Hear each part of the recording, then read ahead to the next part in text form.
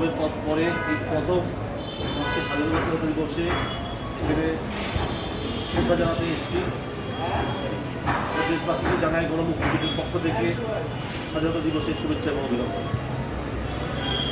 আগস্টের বিপ্লবের পরে বাংলাদেশ একটি নতুন বাংলা পেয়েছে, নতুন একটি রাজনীতি পেয়েছে, গণমানুষের একটি রাজনীতি পেয়েছে, মানুষ মুক্ত হয়েছে, স্বৈরাচার মুক্ত হয়েছে।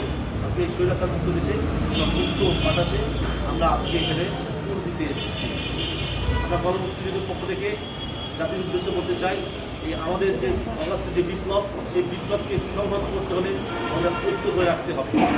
আমাদের প্রত্যেকটা ইনস্টিটিউশন 16 বছরে যে নষ্ট হয়ে গেছে এবং দলীয়করণ হয়ে গেছে এবং ফেসবাদকে সহযোগিতা করেছে, সেখান থেকে আমাদের ফিরিয়ে আনতে হবে এবং দেশকে একটি সুস্থ ধারায় একটি রাজনৈতিক যে গণতান্ত্রিক পদ্ধতিতে বাংলাদেশ চলতে পারে আগামী দিনে এবং অর্থনীতি শুরু করে সামাজিক বৈষম্য দূর করা এবং জনগণের যে স্বস্তি ফিরে আসা, সেই জন্য আমাদের কাজ করতে হবে।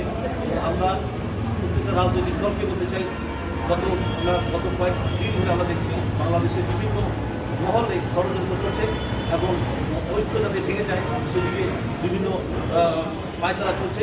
আমি বাংলাদেশের প্রত্যেক সচেতন নাগরিককে বলতে চাই, যারা এই স্বৈরাচারের বিরোধী ছিলেন এবং গণতন্ত্রকামী মুক্ত মানুষ, তাদেরকে বলতে চাই আমাদের ঐক্য ধরে রাখতে হবে, যাতে আগামী দিনে বাংলাদেশ এবং বাংলাদেশে কখনো আর নতুন কোনো স্বৈরাচার তৈরি হতে না পারে এবং একটি সুন্দর সমৃদ্ধ বাংলাদেশে আমরা আমাদের প্রত্যেকটি মানুষ সুখে শান্তিতে বসবাস করতে পারি এবং আমাদের এই স্বাধীনতার স্বাদ আহরণ করতে পারি।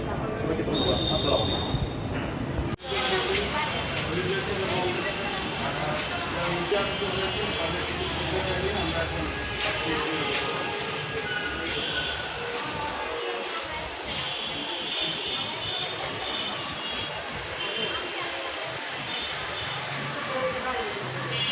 আমারও ঘুরে গেল সাইড ক্যামেরা।